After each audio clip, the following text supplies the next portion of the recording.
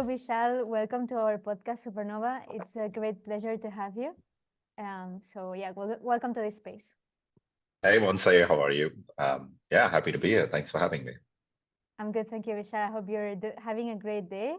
And Yeah. just as we do all the time in our podcast, we start with a short introduction of our guest. And I also always say that you are more than what I will say about you. You're more than these words that I'll just share with our audience. But just to choose something that can be a bit strategic or interesting to the people that is listening today, I would say that you're a communication trainer and a brand strategist, and that you find joy helping people clarify their ideas and communicate them so they can drive business goals. And I understand you've been doing this for a long time now, probably more than 14 years from what I have researched and known about you, working with leading businesses. And I think that what could be interesting today is to know a bit more about what it is that you do with your clients, which is storytelling. And I always see how people react a bit weird to this word. They find it a buzzword. What does it mean? What is storytelling Yeah. exactly? So I would love Yeah. to maybe start with that. So tell us, how do you conceive storytelling? What is it for you? Oh, wow. Wow. That was a very nice introduction, first of all. Thank you. I would say it was actually very nice to hear it from someone else. So thank you for that.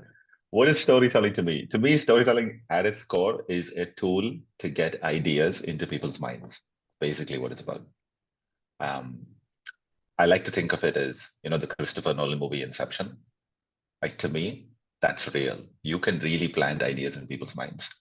And storytelling is pretty much the best way to do that. So yeah, that's what storytelling is to me.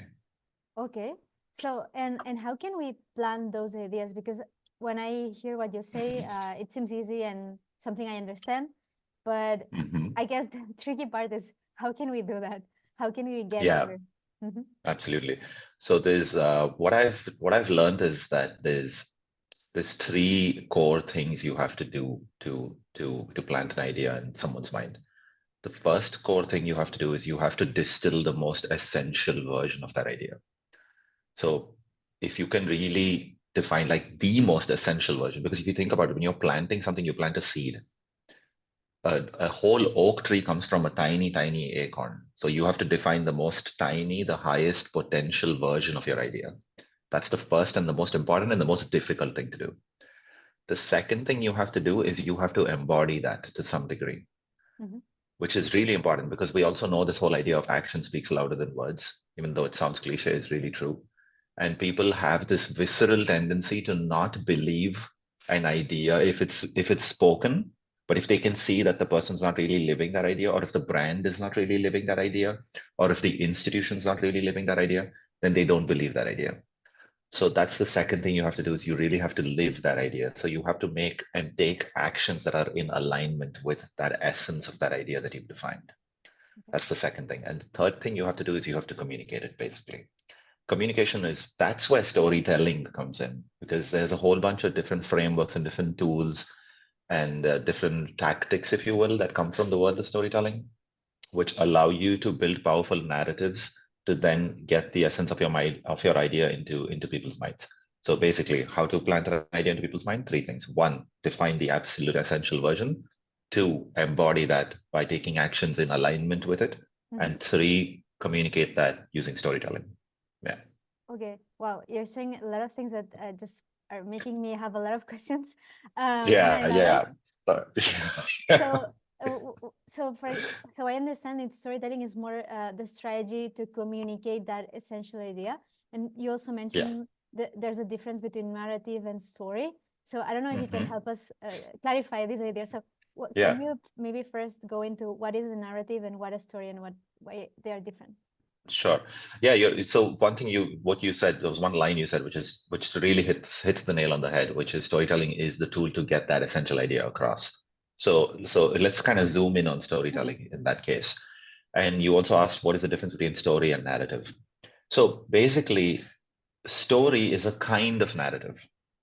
Okay. Yeah. So if you think about the hierarchy of ideas, right? So for example, you can say that there's automobiles and a car is a kind of automobile, a motorcycle is a kind of automobile. So it's similar to that. So you have narratives And a story is a kind of narrative, basically. Okay. So when you have a narrative that exists in a fictional space, or in a space of events that happen in time, that's when you have a story. So basically, a story is a series of events that have an overarching meaning. Yeah. So the series of events that have one meaning overarching. But the story happens as in like events, like once upon a time, there was this person who lived here and they wanted this, so they went there. Right. So it's events. So it can be fiction, it can also be real life.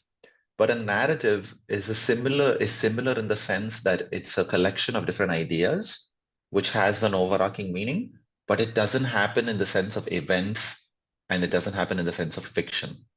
You see what I Okay. mean? Mm-hmm. So for example, right now I'm proving a point to you. I'm taking a position, which is that story is a kind of narrative. And I'm explaining that to you with a bunch of ideas. Yeah. So what I'm really giving you here is a narrative. I'm not giving you a story. Yeah. You see what I mean? So that's a narrative. Mm-hmm. Okay. Yeah. And do narrative need to be verbal? What I mean is, so you said there's the second step. So one is to distill your idea. Then you have to Mm-hmm. embody this idea. Yeah. Would this embodiment of the idea be a narrative as well, or it needs to be verbal, like words? Yeah. Wow, that's a really good question. I haven't actually thought about that before. So I would Okay. say, yeah, I would say no, the embodiment of your idea also has to be a part of your narrative. That's a very good Okay. question. Thank you for that. Thank you for that. Because really, like so that's the thing, like when I say that, like let's say, for example, if I have a career narrative, right, which is this is what my career has done, what I've done in my career so far. Like, sure, I've done brand strategy and then I worked with students, etc. And a narrative is something that allows me to also know where I want to take it. And it allows me to take actions in alignment with that. So the narrative actually holds the actions also in place. Yeah, Mm-hmm. you see what I mean? And then the telling part is different, but really the narrative is what kind of holds it all together. So yeah, that's a Okay. really interesting question. I haven't thought about that before. I'm still working on articulating it because it's a very Okay. fresh, new point of view. So thanks. Okay. No, thank you. And so you are talking first step is distilling this essence. Is this Hmm. about understanding what is the meaning that you want to serve, so then you can build Hmm. your story? Uh, is that how it works? This the essence? Is it the overarching idea, or is it? Mm. Yeah. How can we call it or It's understand? actually it's a bit hard to define the essence, but it really depends on the context that you are, that you're working and living in. So um, for example, in the case of branding, for me, even in brand strategy, there's something called the brand essence, which is the sort of internal mantra that a brand and a company has, which doesn't show up in a consumer-facing language. So, for example, the brand essence of Nike has been for many years authentic athletic performance. Okay. The slogan that shows up in the market is just do it, Yeah. right? But this idea of authentic athletic performance, it drives every decision that the company takes. So it goes like anything the company does, if we invest in this, if we invest in that, if we build this new product, if we communicate this from a marketing point of view, is this in alignment with authentic athletic performance? Yes, no. Okay. If we hire this brand ambassador, is he aligned? Is he not? Right? So it allows us to take that decision. Okay. So that's from a brand strategy point of view. But let's say from a career point of view, you can even think about what's the one core red thread that holds your entire career together, Mm-hmm. right? And that could have different shades of meaning as well. Like one, for example, in my case, the red thread is an obsession of getting ideas across. Mm-hmm. Right. In someone else's case, the red thread might be something to the effect of, something to the effect of a strength. Like, for example, I met one of my students who had this obsession with meeting patients and being close to patients to help pharmaceutical companies develop really good products and services for them. So that was her kind of red thread, which really held her entire career story together. There could be another one where someone, like I have another friend of mine who's into sustainability, and for him, the entire red thread of his entire career has Mm-hmm. been taking care of the planet, right?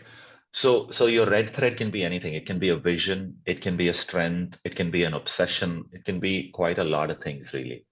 Okay. And so that singular idea really depends, firstly, on who you are. It depends on the context you're living in. Again, I know we're kind of mixing career topics here with also Yeah. brand strategy topics here, but but really the thinking is the same, and pretty much in everything. Like even when we let's coming back to storytelling a little bit, when when films are made, when a screenplay writer writes a screenplay for the first time for a film, he has a responsibility, or they have a responsibility, sorry, to distill the story, distill the screenplay down into one line, which is usually called the premise of the film. Like really, so for example, the premise of the film Soul would be something like the Disney Pixar film Soul would be something to the effect of life is already meaningful. You don't have to do something great to make it meaningful, right? Yep. Or the premise of the film Inside Out would be sadness is important too, right? So something as simple as that is the premise of the film, and the entire story, the entire film gets built around that. So that, that essential idea is crucial for no matter what you do, whether you're doing business strategy, whether you're doing career strategy and career communication, or whether you're doing any kind of other communication as well. Okay. Yeah. Yeah. And as you said, and I also feel it because I've seen it in many people. That's the probably most difficult step, like defining Yeah. this red thread or connecting it, Yeah. like seeing it. So, in your experience, what are Mhm. the ways to go there? Maybe there's not an Mm. absolute answer for sure, but if you had to, yeah, give some tip on Right. how to get to that red thread, how could it Yeah, be? that's tricky. That's something that I've been also trying to figure out in terms of like how do you really teach people to find the right thread? It's super tricky.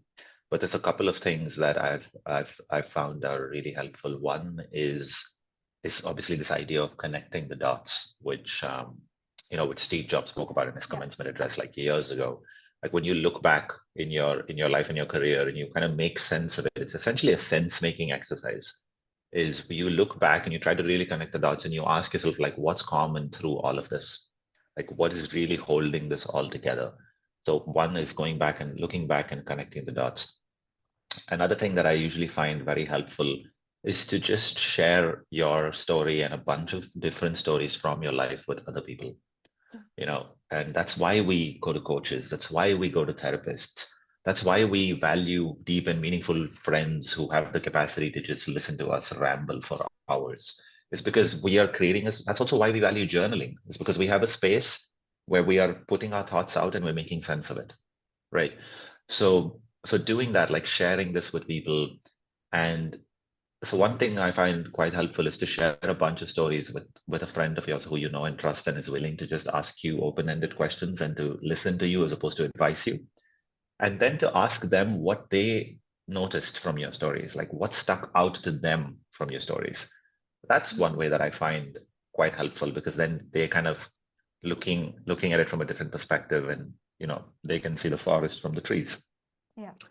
So that's another approach that I find helpful. And I would say the third approach is just to write a lot, which is probably one of my favorites. Is just write a lot, like journal a lot, open up a Word document and just do a whole brain dump of everything you've done in your career and all key moments and key stories from your life, and really just try and if you had to really try and distill that, try and make it shorter and shorter and shorter, and see if you had to describe that in a tweet, what would that sound like? I know that's a really hard exercise, but what would that sound like? And see if that tweet can be useful to someone else. Yeah. But yeah, that's essentially it. Looking back, connecting the dots, sharing your stories with someone who you know and trust and can help you make sense of it, and just writing the hell out of it. Okay. Yeah. I love the tweet idea. And this is, it seems an easy exercise, but yeah, it takes time. And also, well, for me, at least habit to do it constantly Mm. and reading. And I understand once you get this message, this tweet, this red thread, then, okay, you go to next steps, which can be building a story around it so you can tell it. And here I understand it also comes a bit of strategy or decisions Mm. on, okay, Yeah. how do I want to use this red thread, right? Because Yeah. depending on the context, you want to tell a different story or a different angle of the Mm. story. So, Absolutely. is it possible to do that, like having a red thread and then communicating differently based on your platform, or how can you be strategic about it? Or yeah, Yeah. That's like something, it's very interesting you asking this question because that's something I'm also in the process of answering for myself right now. okay, So I can tell you from a point of view of what I've seen in my experience in branding and what I've done with students in careers, but it's also something I'm still figuring out for myself. And it's usually there's usually that thing, right? Especially in the kind of work that we do, there's usually this thing of in English they say the cobbler's children are without shoes, and in Spanish we say en la casa del herrero los cuchillos son de palo, right? Yes. So it's like there's a little bit of that happening. But anyway, having said that, I would say, so yeah, you can like look at your red thread slightly differently depending on the angle and the context that you're speaking in and that you are interacting in.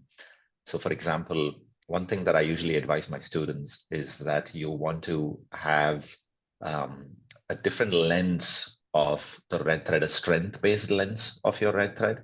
Then you also want to have a value-based lens of your red thread. And ideally, you also want to have a future vision-based lens of your red thread from a careers point of view. This is because what that does is when you're having a different conversation, let's say you're having a conversation with an HR recruiter or a hiring manager, Yeah. it's very helpful to go with the strength-based version of your red thread, which is here's what I've learned I'm good at. Mm-hmm. But if you're talking in a different, let's say you make it further down the interview process and you're having a fit interview with, some other stakeholder in the company to see if you're a good fit with the organization, there you want to go with a value-based red thread, Yeah. right? And if you're talking to a founder, let's say you're in a startup, you're talking to the founder, you want to go with a vision-based red thread. So this does a couple of things. One, it kind of changes the nuance of your story in a way that's meaningful to the person who's listening to you for the context of the conversation that we're having there. But another thing it does is it also gives them a different lens of you. So when they exchange notes, they're not saying, yeah, he told me the same story every single time, Yeah. right? It gets boring. They at least have something new to contribute to each other. So that's one way to look at it. Another thing that I usually find is so this is something I did in a networking event a couple of days ago, actually. I was going into the networking event and I just defined one line that I was going to go in with. And I decided that every time I have to introduce myself to someone here, I'm going to go with this line. And so, that line was also a slice or a version of my red thread, right?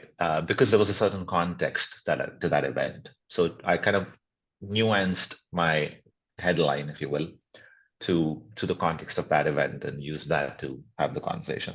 So it really depends. So you're absolutely right in saying like when you have a different time and place, you want to find a different version of it that does the task in that medium. Okay. But essentially it should be able to live across mediums, across media.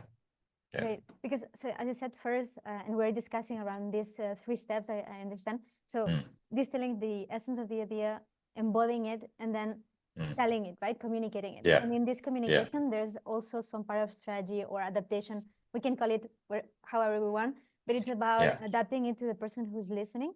And here I have another question that maybe doesn't have an answer, but I'm very curious about the origin of storytelling, because I see how we, like humanity, we bond on some stories that are shared the same way to everyone, but still it impacts us in the same way, and we can share it with each other.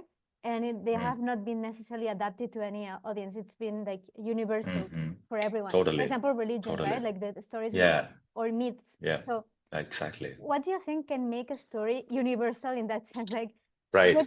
Adapted to everyone. Yeah. Right. Oh, that's like that's also a very interesting question. But like if you really think about the context in which those stories lived, and I'm super glad you're raising the point of mythology and religion because storytelling comes from that. It actually comes from that's the birthplace of stories and of storytelling. Because if we go back in time, just to kind of put a little bit of a historical context, if we go back in time, back in the day when we lived as tribes in villages at the edge of the forest and so on, we didn't really have therapists. We didn't have, what we had shamans, right? And we had a sense of, as a society, as a tribe, of where a certain individual in that tribe needs to be at a certain stage in their life. That's what they really had. Like by this age, you should be at a certain, and they also had a lot of rituals to make sure people would go through these life stages. So at that point, really, the point of the story was to do two things. One, the point of the story was to create a meaning that kind of gave this group or this tribe an identity. Yeah, so the story was a placeholder of the identity and the meaning that brought the tribe together. So that's the first thing it did. And the second thing that myth did was that it had also the role of showing the individuals within the tribe at sort of what stage and what they had to be doing at different stages in their life. So it allowed us to create meaning for the collective group of people. And that's pretty much the reason why mythology has a sense of being so universally applicable. It's because these stories were dealing with very human, like very deep-seated human topics. Like they Mhm. were dealing with questions about who we are and what I need to be doing. Like I'm a teenager and I'm going through certain, growth crises in my life. Like how am I supposed to deal with this? So stuff like that. Or I'm a mother and my child is growing up and I have to give him away or to war or something to that effect. So they were dealing with these kind of topics, which is why the stories of myth are so universally applicable. But if we really think about it from the business context, and this is also why I'm constantly talking about using narrative and not story in the business context, is because in the business context, we are not trying to do that. We are not trying to do that at all. Let's be real. We're trying to just get an idea across to drive some form of business result, right? We're trying to get an idea across like, hey, I'm a good fit for the company, you should hire me. Or this is a project that our company totally needs to be investing in because it's good for us. Or here's my startup, here's why you should be a part of it, here's why you should be excited to grow it. Whatever the case may be. We're Mhm. trying to drive those kind of messages that are very specific, that are very targeted. Yeah. And so, really using these kind of universal approaches to storytelling, using fiction-based approaches to storytelling, is not only a disservice to our goals. For me, far more importantly, it's a disservice to what storytelling is really about. You know, it's Yeah. like I'm sorry, but we're bastardizing the power of mythology. So I'm like, so for me, as someone who's obsessed with myth and all these things, you clearly see I'm getting very excited about this. Yeah. So as someone who's obsessed with this, it's kind of sad when I see people talking about use the hero's journey for your business communications and you have to have a protagonist and they go on a journey and a challenge. No, good Lord, no, you're not creating a myth. You're not. You're trying to get an idea across. So why are we doing this? So I may have lost the plot there a little No, bit, but I got really excited about it. So I love it, I Vishal. hope I answered your question. Yeah, yeah, you did. So then, how can people use storytelling? Uh, well, I don't know what I want to call it the right way, but at the real Yeah, service of their career, for example, or business. Like, how can they do it? amazing. That's essentially the question that we should be asking and answering, to be honest. And the answer to that question comes from the fact that story is actually the most potent and the most perfected form of narrative. Because we've been telling stories for so long that it's kind of distilled it down. It's become so sharp that it's just so powerful, and that's why it works, and that's why Marvel films and Pixar films and pretty much Star Wars films and Lord of the Rings, they follow a certain framework of the story, which is why they also do well in the box office. So to answer your question, how do we use it really is we need to understand how these stories work, Yeah. not tell the stories themselves. We need to understand how the stories work, what are the principles by which stories are designed. Yeah. And then we need to apply the same design principles into how we design our narratives. Okay. Yeah. So, for example, one very simple design principle. So, we've been talking about one of the main design principles already, which is the red thread. Yeah. So, that's one of the biggest design principles in storytelling is that you have a red thread running through the entire story. It's the premise of the film, the premise of the story. But another big red thread, not a big red thread, sorry, another big principle, one of the key principles of storytelling is structure. And this is something that most of us don't talk about. So all stories, legendary stories, including myth, the hero's journey, for example, happens in 3 acts. Yeah. So for example, you have a protagonist who wants something, then they go into a place that is unfamiliar to them. They get what they want, or they get something else that they need, and then they come back. So it's like it's a setup, an exploration, and a resolution. Yeah. Okay. So there's a 3 act structure that happens, and pretty much all film. Pixar happens happens in 3 acts, Marvel happens in 3 acts, George Lucas's Star Wars happens in 3 acts. And there's a reason it works. So what we should be asking ourselves is not how do we tell a great stories, how do we apply the principle? And so principles like what's the red thread? Principles like how do I use structure to get my message across?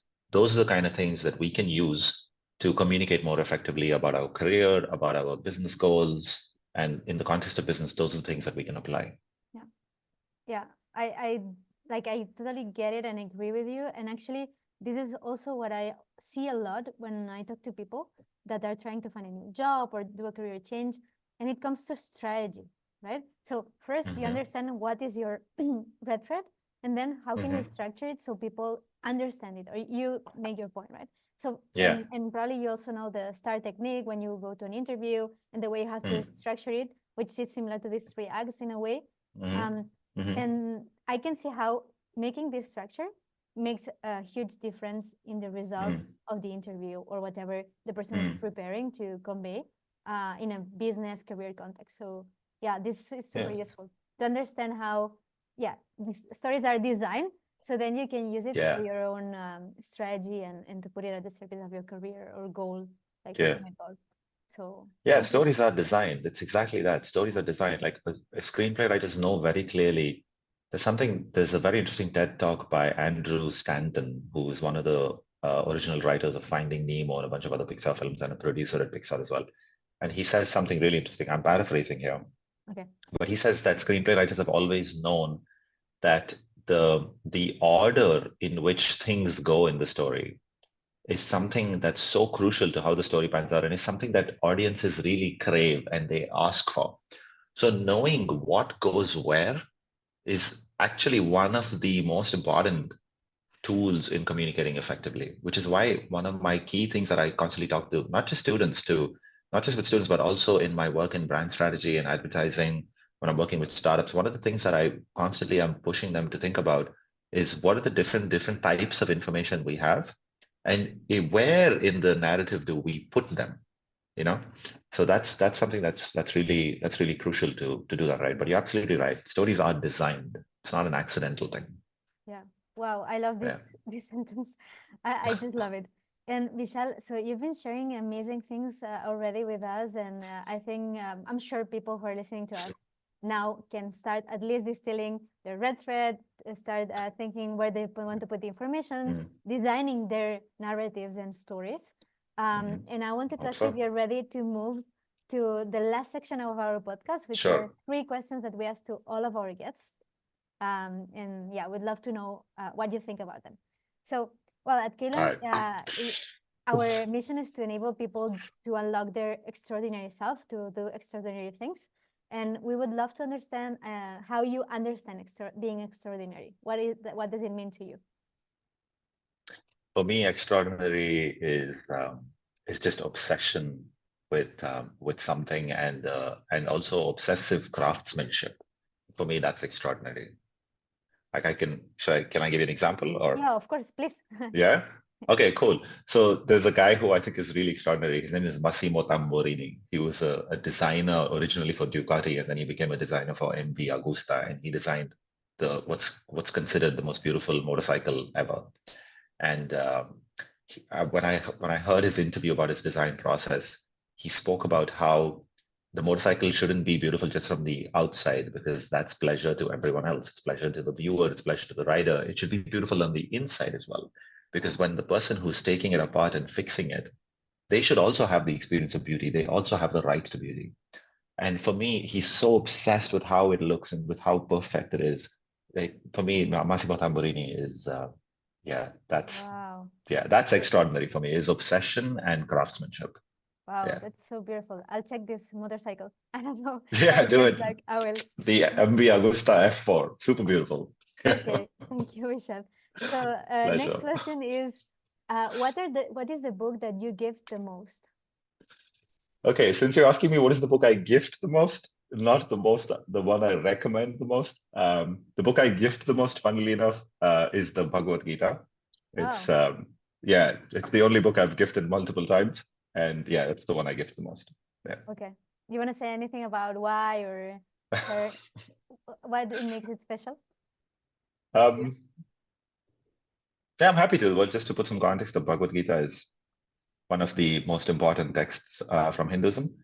And it's just very interesting. It gives a real view of how to live a meaningful life and, what brings us meaning in life. And talks about other things like the nature of reality and yeah, so on and so forth. So it's pretty interesting. I've had a few friends, thankful to have a few friends in my life who've also been very curious about these topics. So I've happened to gift it to some of them. Wow, Yeah. that's a beautiful gift. And Yeah. last question, Vishal. If you were a billboard, what would you say and where would you be? Cool. If I was a billboard, I would say something to the effect of stories demystified, and would probably have a bit of a line below that as well, something to the effect of you know plant your ideas into people's minds by getting your story straight, something to that effect. And I would be on LinkedIn, I guess, because I'm experimenting on LinkedIn over the last month, and I'm still figuring it out. But yeah, I decided to give it a go, so I'm experimenting there. So I guess I'd put it on LinkedIn. Yeah. So I wish you all the best in this experiment, and I love to Thank see you on you. LinkedIn and also in Thanks. on Zoom and in real life. So it's always a pleasure Yeah. to see you and talk to you. And I want to take this opportunity to thank you for your time, for the knowledge and wisdom that you always share with me and the people that is listening. And yeah, I hope it's not Pleasure. our last conversation. I hope we have more. No, definitely not. No, it's been an absolute pleasure. Thank you for having me. And honestly, like I said, I'm also still in the process of clarifying a few things in my own career and my own kind of positioning, because I know what I'm obsessed with. I've always known what I'm obsessed with, but I'm still figuring out so many things I can do with that. And so this conversation has been very helpful in terms of just kind of putting my own thoughts together and to know what you're curious about as well. So thank you. Yeah. It's been a pleasure, and I'll talk to you later, I guess. Yeah. Thank you, Vishal. Talk to you later. Thanks.